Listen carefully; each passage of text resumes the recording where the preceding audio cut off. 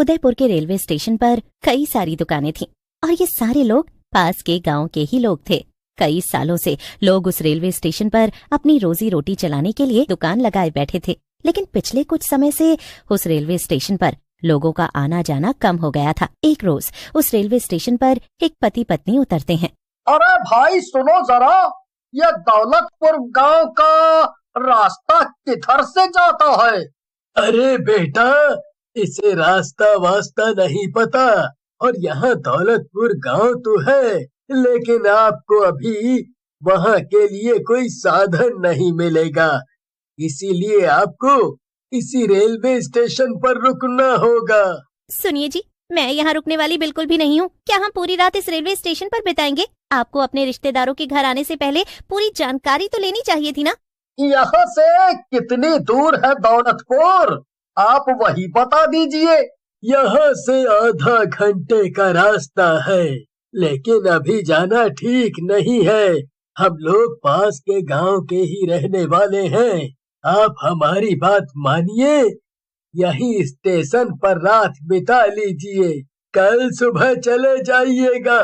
सुनिए, हम आगे किसी और से पूछ लेंगे। ये लोग पता नहीं अपने आप में क्या इशारेबाजी कर रहे हैं। औरत को गुस्सा आता है और वो अपना बैग उठाकर दौलतपुर गांव के लिए निकल जाती है। इन शहर के बेवकूफ लोगों को अगर हम कुछ बता भी दें तो ये लोग उस पर विश्वास करेंगे नहीं और हमें ही मूर्ख और गवार कहकर वही काम करेंगे जो इन्हें नहीं करना चाहिए।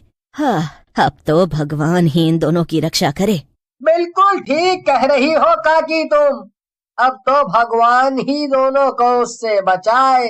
लेकिन अगली सुबह करीब 6 बजे जब ये तीनों घर की तरफ जा रहे होते हैं, तभी उन्हें लोगों की भीड़ दिखती है। जब तीनों वहां पहुंचते हैं तो देखते हैं कि वो औरत और आदमी बीच रास्ते में मरे पड़े हैं। भगवान अब उनकी आत्मा को शांति दे।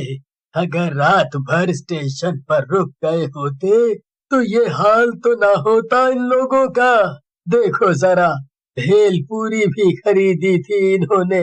धीरे धीरे समय बीत रहा था और महीने में कम से कम 4 से 5 लोगों की मौत दौलतपुर गांव जाने वाले रास्ते में ही हो जाया करती। हर कोई इस राज से अनजान था कि आखिर लोगों को कौन मार रहा है, लेकिन गांव के आसपास के लोग इस बात से वाकिफ थे और वो इस बात का जिक्र भी नहीं करना चाहते थे। एक रोज कुंती अपनी समोसे की दुकान लगाती है और वो बहुत खुश थी।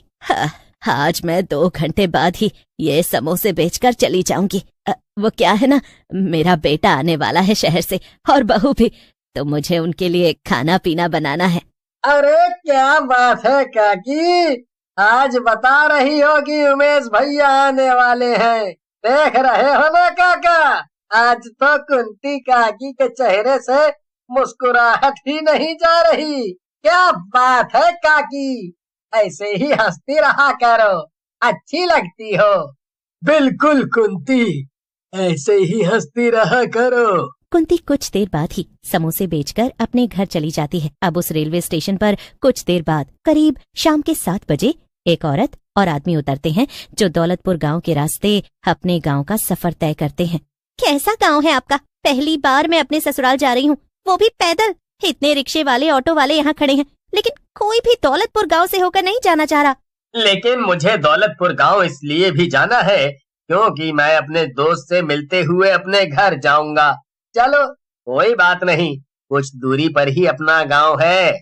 चंदा और उमेश कुंती के बेटे और बहू थे। कुछ दूरी पर चलने के बाद अंधेरा छा चुका होता है। तभी अचानक से उनके सामने एक औरत आ जाती है और दिखने में वो औरत बहुत अजीब लग रही थी। उसके गले में भेलपूरी की टोकरी लटकी हुई थी और वो औरत उमेश और चंदा के सामने आते ही, बाबू बिटिया भेलपूरी ले लो, बस 10 रुपए की भेलपूरी ले लो, कुछ पैसे हो जाएंगे तो मैं अपने बच्चों के लिए खाना लेकर जाऊंगी, मेरे बच्चे भूखे। मुझे डर लग रहा है, ये जो कह रही है वो कर दो ना और जल्दी आगे चलो। डरो नहीं, गांव के लोग ऐसे ही रहते हैं और भूख तो मुझे भी लगी है। मैं भेलपूरी ले लेता हूँ, 20 रुपए की भेलपूरी दे दो आप। उमेश और चंदा उस औरत से 20 रुपए की भेलपूरी ले लेते हैं और जैसे ही वो दोनों भेलपूरी खाते हैं वैसे ही उनका दम घुटने लगता है और वहाँ वो औरत ये देखकर जोर जोर से हंसने लगती है और अपने असली रूप में आ जाती है। दरअसल वो एक चुड़ैल थी। एक एक को मार डालूंगी, किसी को नहीं छोड़ूंगी, सबको मार डालूंगी। पानी पानी। चुड़ैल जोर जोर से हंस रही होती है और उमेश और चंदा नीचे जमीन पर गिरकर अपने गले को पकड़कर चीख चिल्ला रहे होते हैं। कुछ देर बाद वो चुड़ैल उन दोनों को मार देती है और अगली सुबह कुंती को इस बात की खबर लगती है कि उसके बेटे और बहू को भेलपूरी बेचने वाली चुड़ैल ने मार डाला। हे भगवान! कई सालों बाद मेरा बेटा घर लौट कर आया था और मेरी बहू वो तो पहली बार गांव आई थी। सब कुछ बर्बाद कर दिया उस चुड़ैल ने। मेरे बच्चों ने क्या बिगाड़ा था उसका? गांव वालों को उस भेलपुरी वाली चुड़ैल के बारे में पता था, जो दौलतपुर गांव के रास्ते में रात के वक्त लोगों को भेलपुरी बेचकर मार डालती थी। जो कोई उसकी भेलपुरी खाता वो मारा जाता। ऐसे ही लगभग आगे भी चलता है और उस रास्ते से आने जाने वाले लोगों को वो चुड़ैल अपना शिकार बना रही थी। कुंती अब समोसे बेचने का काम छोड़ चुकी थी। वो बीमार रहने लगी थी और करीब अपने बेटे बहू के मरने के 1 महीने बाद सदमे से कुंती की भी मौत हो जाती है। गांव में कुंती की मौत के बाद लोगों में उस चुड़ैल को लेकर और भी ज्यादा दहशत फैल गई थी। हर कोई उस चुड़ैल के बारे में ही बात कर रहा था। एक रोज चाय बेच रहा कैलाश एक बाबा जी को चाय पिलाता है। बच्चा खुश रहे, भला हो तेरा। इस गांव में लोगों का कभी भला नहीं हुआ है जब से वो दुष्ट चुड़ैल लोगों को सता रही है। किसकी बात कर रहा है तू बच्चा? उस चुड़ैल की जो बेकसूर लोगों की जान ले रही है। मुझे सब ज्ञात है वो ये सब क्यों कर रही है। क्या क्या जानते हैं आप? क्या आप हम गांव वालों की मदद करेंगे? यहाँ हर दूसरे तीसरे दिन कुछ ऐसा हो जाता है जिसकी हमें उम्मीद नहीं होती। मैं तो कुछ नहीं कर सकता, लेकिन मैं तुम्हें जिनका पता दे रहा हूँ वो इसमें तुम्हारी मदद जरूर करेंगे। वो बाबा जी वहाँ से चले जाते हैं और एक तांत्रिक का पता चाय वाले को बता जाते हैं। अगले दिन चाय वाला और नंदू उस तांत्रिक बाबा के पास पहुंचकर उसे सारी बातें बताते हैं। तांत्रिक भी अब उस चुड़ैल को अपने वश में करने के लिए गांव पहुंचता है और एक बड़ी पूजा के साथ उस चुड़ैल को अपने बस में करने के लिए मंत्रों के उच्चारण के साथ वहां उपस्थित करता है। और कुछ देर बाद वो चुड़ैल वहां प्रकट भी हो जाती है। तुम गांव वाले मूर्ख हो, सबके सब मारे जाओगे, सबके सब मारे जाओगे मेरे हाथों।